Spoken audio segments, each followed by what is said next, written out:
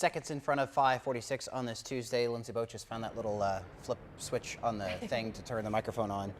Hey, welcome back. Good morning, Lindsey. Hey, good morning, guys. Yes, we're talking about fireworks here in Illinois, in Missouri, and in Iowa. Now, there are different laws and regulations for wherever you live, depending on what state you're in. Now, so far, no shows have been canceled.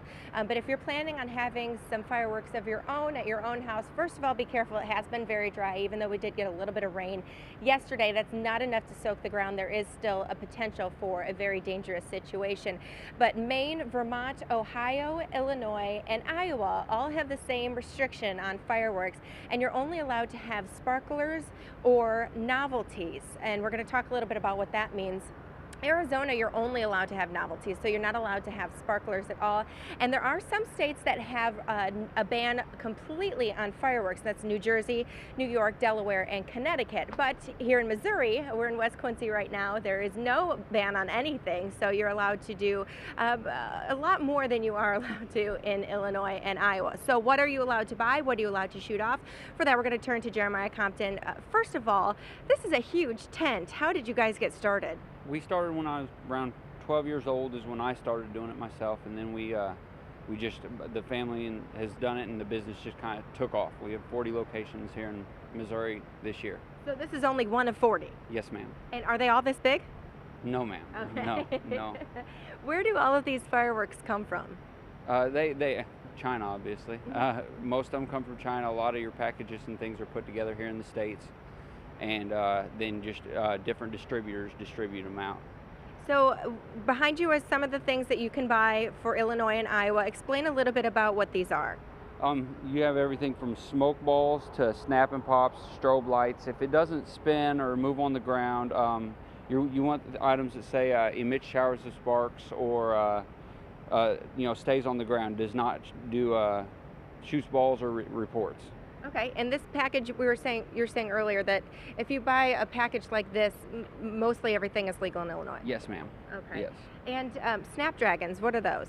The Snapdragons are the snapping pops they throw on the ground. Okay, so those are geared more towards kids, I suppose. Right, and then the little mini cuckoo fountain will just spray sparks about waist high. You know, there's nothing that can get away from you. Now, what is this witch's smoke fountain? It's just a large smoke ball in a can. Okay. So you guys have, these are the novelties here, but you have bigger fireworks and bigger things that people in Missouri can buy. Absolutely. And what are some of those? Everything from reloadable artillery shells, the cakes that shoot flaming balls and reports. There's 500-gram cakes now. Most of what's in your larger assortment packages are really meant more for Missouri. All right, and are those over here? These are the reloadable artillery shells. All right, so here's another one, a full blast, and this looks like a bunch of either bullets or light bulbs. I'm not quite sure. I think it's supposed to be bullets.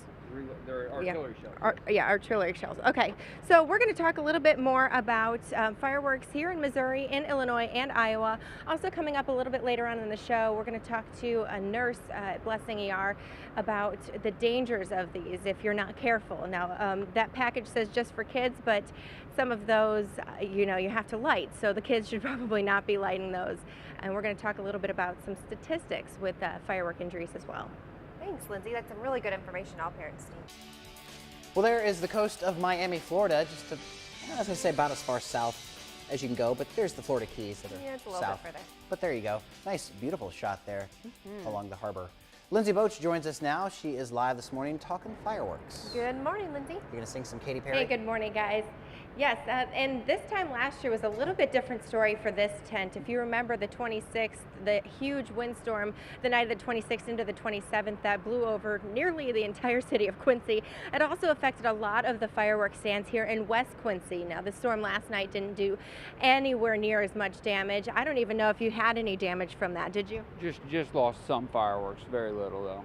But last year was a huge devastation for you guys. Yeah, we lost it all. Everything, the tent, all the fireworks in it, everything was a loss.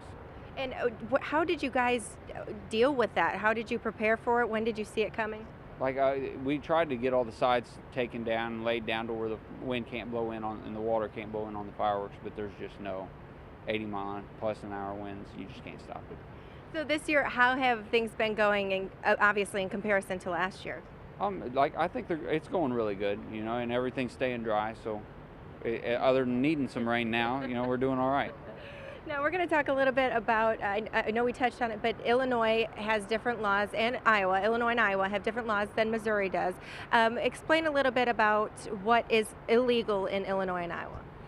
Anything that shoots in the air, if it explodes, I don't think you're allowed to have anything that moves on the ground in Illinois or Iowa, either one. You need smoke balls, sparklers. Fountains are fine as long as they don't make any noise. I don't think you even have anything that whistles.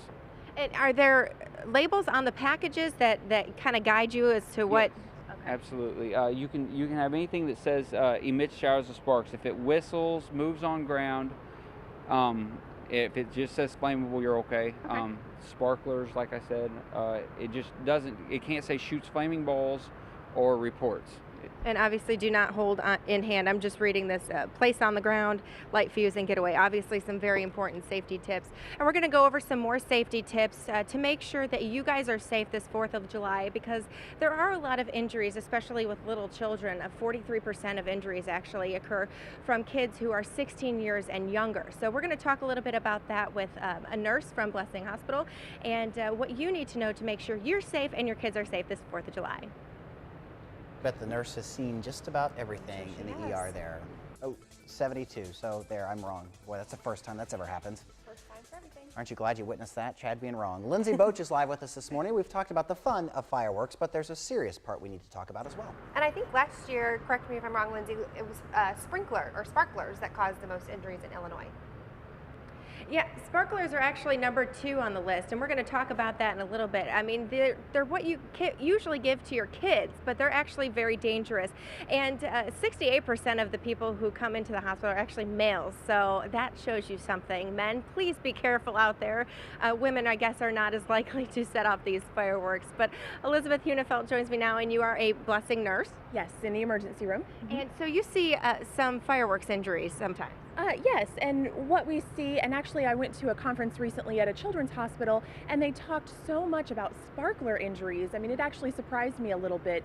If you think about it, though, sparklers are about 2,000 degrees Fahrenheit. So you're handing your child something that's 2,000 degrees Fahrenheit. You can get eye injuries. Their clothing can catch on fire.